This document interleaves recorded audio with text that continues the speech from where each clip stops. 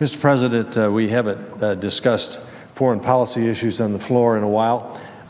It's not because all is quiet on the Eastern Front. It's not, as we know, what's happening in the Middle East and in Europe, the migration issue, Syria, across Northern Africa. There are major, major issues here that are ongoing and that affect the United States in a number of ways, not only economically but strategically, and leave us vulnerable to threats to, quote, take down America in one way or another. Obviously, we're in the middle of a heated campaign, which hopefully will be resolved in terms of our nominees within a short amount of time, but we do have to recognize that the next president, whoever that president might be, is going to be facing some extraordinary challenges relative to foreign policy and national security issues. So making America great again, or whatever is the term that defines that new leader, that leader will have to deal with a number of very challenging and difficult challenges. Just this past Monday, President Obama delivered a speech in Germany in which he discussed the future of the North Atlantic Treaty Organization, NATO. He said that NATO must be prepared to carry out its traditional missions while at the same time meeting the newly emerging threats to the alliance. That was revealing to me and frankly welcoming, because we have not heard from the President anything along those lines for, well, in my memory. But his recognition and his statement in that regard, I think, defines where we are. And that is we need to be prepared to carry out traditional missions through NATO while at the same time meeting the newly emerging threats to the alliance. And we see these newly emerging threats to our alliance and to the alliance we're in almost every day. The President also noted that Europe has been complacent about its own defense and called on our allies to do more. I welcome this renewed attention to NATO. It also gives us the opportunity to respond to those who believe that NATO has outlived its usefulness, is too expensive, and should be done away with. And such a view needs a rebuttal. Now, it's not necessary or correct to claim that NATO has no problems, or its role is not changed, or its future is clear. NATO does face challenges, and has, in defining its mission, securing the resources, and providing the leadership that the world requires. But to deny the alliance's obvious value is, in my opinion, a major mistake. Such a judgment surely cannot be based on any real understanding of what NATO is or what it has accomplished, much less of what it can become, and candidly, what it must become, given the level of crisis and conflict so present in Europe, the Middle East, and in Africa. I've been a strong supporter of the alliance and the transatlantic security relationship throughout my public life. NATO's proud past and enduring importance were a constant presence during my service as a U.S. Senator and as the U.S. Ambassador to Germany for 4 years following 9/11. Since returning to the Senate, the alliance has remained of keen interest to me. And contrary to the notion that NATO has served its purpose and is no longer needed or is no longer a viable organization, NATO has survived and thrived for half a century because it's proven itself to be an adaptable, flexible, and effective organization. Now, I think many of us know the alliance began all the way back in 1949 with the principal motive of protecting Western Europe from the threat of Soviet aggression. But many forget that the founding document, the Washington Treaty of 1949, does not mention the Soviet Union. Instead, its founding treaty laid out the core values of the West, which values the alliance was designed to protect. I want to state that again. What was trying to be accomplished here through this alliance of NATO, all the way back to 1945, was a values-based organization that enabled the alliance and gave the alliance those values which the alliance was designed to protect. And it's exactly because the alliance was and remains values-based that it has been able to adapt to a changing strategic environment with newly defined missions and membership. The vital and permanent need to protect our shared values survived the collapse of the Soviet Union and the threat it represented, and has enabled the alliance to define and confront the major threats and modern threats that we face today. So as NATO adapted to the post-Soviet world, the clearest proof of its foundation as a community of values was the process of enlargement. At the beginning of that process, few in the administration or Congress saw NATO enlargement as having very much to do with actually enhancing the military capabilities of the alliance. When the first countries were proposed for membership via the Partnership for Peace program, it was not only because of the military contributions those newly democrat nations could bring. Rather, the most explicit motivation for extending the prospect of membership to the countries of what we then called Eastern Europe was to persuade them to make the political and economic changes that would make them worthy and complementary allies. We were trying to cement in the democratic revolutions that occurred in those former Soviet-controlled states and make those changes permanent. We were extending NATO's democratic values along with its security umbrella, and we required prospective members to accept them and institutionalize those democratic values. That process continues today, and NATO was and remains a political instrument of enormous persuasive power with historic consequences. But are shared values enough to maintain the vitality and the relevance of a military alliance? For those new member countries themselves, the appeal of alliance membership was the vast military capabilities of the club they were about to join. They sought actual enhanced security in a still dangerous world, not just a political partnership of values.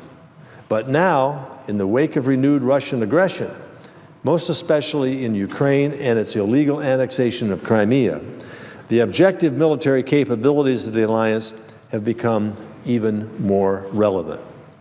This renewed threat resulted in NATO, in effect, hitting the pause button on redefining NATO's post-Soviet missions. For many alliance members on Russia's periphery, it was NATO, back to the future. Russian behavior has once again provoked profound anxiety among our allies on Russia's periphery, especially the Baltic states, Poland and Romania. In response, NATO has taken on new missions intended to both reassure our allies, discourage Putin's aggressive designs, and renew NATO's urgent relevance. All of this has a heritage from NATO's founding in the Soviet era, but it also is a new and in many ways more complicated response. While Russia is not the enemy it once was, it certainly is no friend to the NATO nations. It is perhaps a necessary partner in some places, but it's a dangerous obstacle in others. In restating and reinforcing NATO's role in opposing Russian aggression, NATO needs to be creative and firm, active and present, and it cannot be done on the cheap. This renewed mission emphasizes again the persistent issue of lagging resources. It has long been a problem that the great majority of NATO membership in those countries do not meet the alliance standard of the 2% of GDP, their GDP, gross domestic product, for defense. And although it is true that robust defense of the transatlantic region does require a greater commitment of resources than most European countries have been willing to accept in the past, it is not true that U.S. taxpayers have simply been required to make up the difference. The Defense Department says that the direct U.S. contribution to NATO is about $500 million a year. and the largest share of NATO's budget, clearly, but not out of line with our comparative gross domestic product compared to other European nations. It is true that NATO relies on the national assets of its members for operations, and in that regard, our portion is the largest, but our portion reflects our spending for the entire military, which has global responsibilities. In other words, if there were no NATO, those military expenditures presumably would be the same, if not larger, since our allies are contributors to our collective security as well.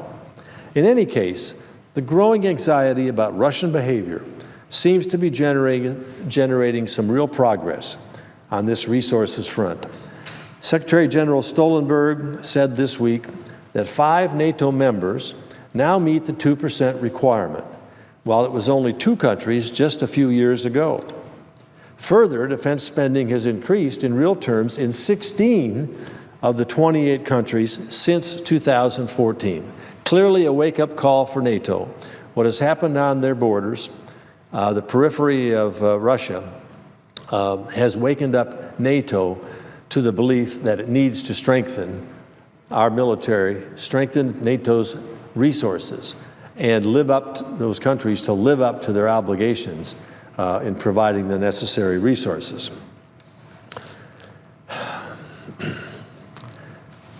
Nevertheless, and having said this, we cannot be relaxed about meeting the resources gap.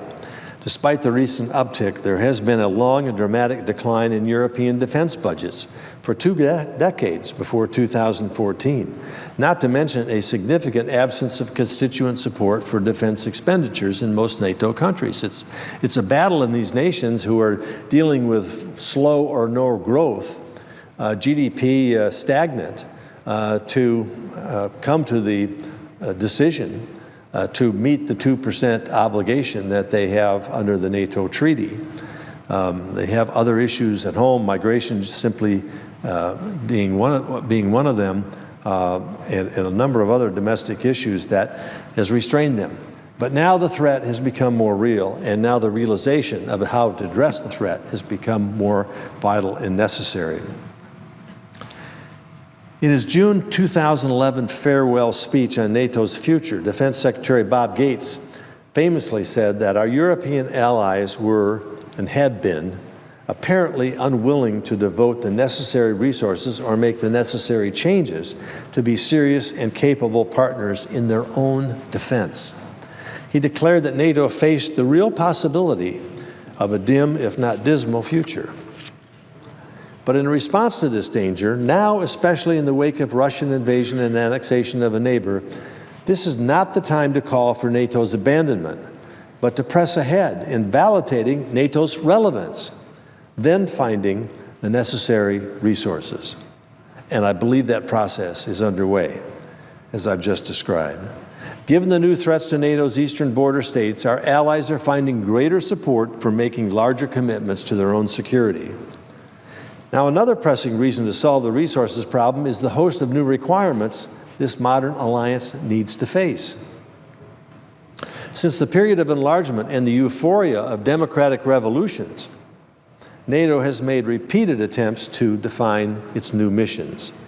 The most recent strategic concept of January 2010 makes the alliance's newly global and political roles more explicit. It has identified numerous new transnational threats that a modern military and political alliance must confront. And these include nuclear proliferation, cyber threats, terrorism, political instabilities, and missile capabilities. No one can argue that these global threats are not the core of modern security challenges. Similarly, no one can dispute that the most effective and powerful alliance in world history should and must organize itself to confront them. And most certainly, no responsible leader should look at these threats and conclude that an alliance built to confront them should be abandoned. Let me restate that. No responsible leader, now or in the future, should look at these threats and conclude that an alliance built to confront these problems and challenges should be abolished. Modern NATO activities extend well beyond Europe. These include combating piracy off the Horn of Africa, operational and training support for the African Union in Ethiopia, air policing of Europe's borders against Russian incursions, growing cyber defense alliance capabilities, expanded special operations capabilities and activities, development of a NATO response force for rapid reaction operations on land and sea, expanded joint intelligence, surveillance, and reconnaissance operations, and expanded joint exercises to improve the alliance and member state readiness. That's a big challenge, but that challenge is one that needs to be addressed. In terms of more traditional war fighting, NATO has taken on missions in Bosnia, Kosovo, Afghanistan, and Libya, and continued challenges will need to be addressed. It is not yet clear to me that ISAF, the Afghanistan mission, will go down as a success or not, but clearly it's in the balance and needs to be carefully monitored. It's clear that the Libya operation revealed numerous alliance shortcomings and was not a model of alliance coherence and cohesion. Rather, Libya was an example of failure at the political level to define the new NATO. The correct response, though, to both new challenges and admitted failure is better leadership, better vision, and creative new thinking, along with the resources to carry out those goals. I've suggested that these could be best applied in response to the Syria disaster, especially the humanitarian catastrophe and migrant crisis. I propose that NATO could have helped a member state, Turkey, get control of its Syrian border to stop the flow of jihadists into and out of Syria. It's clear to me that the uncontrolled flood of refugees from Syria could best be handled by creating safe areas in and near Syria for the Syrian people to remain there in safe and humane conditions. Building on NATO's Bosnia experience, the alliance could be critical to providing the security for such areas on the ground and in the air. This would not be fighting the war in Syria, but protecting the populations of UN-designated areas. Difficult? You bet. But it's been done before, and NATO is the only possible organization in position to do it. And although I emphatically believe that NATO continues to have enormous value to U.S. interests in global stability, I do concede that it needs a new vision of its role. That is clearly a work in progress, with even some false starts and failures along the way now, but it turns out to be a function of resources, as I have discussed, but also an issue of leadership. And on that score, I have some concerns. Frankly, I'm worried. The Obama administration seems to be guiding us toward a dangerous deference to others to address emerging global security challenges, which are and will be threats to our own national security. The most alarming example is our acquiescence to Russia's vigorous engagement in Syria.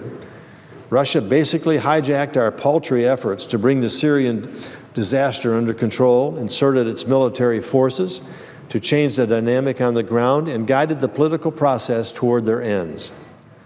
It has all been a sad display of American incompetence. The U.S. and impotence. The U.S. and its allies are paying the price for this failure of engagement. From what I can tell, President Obama's recently lengthy interviews on foreign policy published in the Atlantic Monthly, he has not drawn the correct conclusions from the foreign policy failures in recent years in Libya, in Syria, in Ukraine, Russia, and elsewhere. For me, we have abdicated America's traditional leadership role. For the alliance, I fear this could be the beginning phase of a disengagement from Europe, which, if it continues, will be at our peril. Without firm U.S. leadership of NATO, we will begin to see the commitment of our allies weaken. They simply do not have the muscle or the financial capability to support a NATO coalition without U.S. leadership. And without the right kind of leadership, the importance of the transatlantic security relationship and the continued robust presence of U.S. forces in Europe will begin to lose advocates, as perhaps has already occurred among those who do not support our efforts. If Americans come to see NATO's value in financial terms, bang for the buck, we will lose sight of its real value in the proper terms of national security, American reliability, and the eternal appeal of our community of values. In other words, the values beyond price that must be preserved if we are to prevail against our adversaries.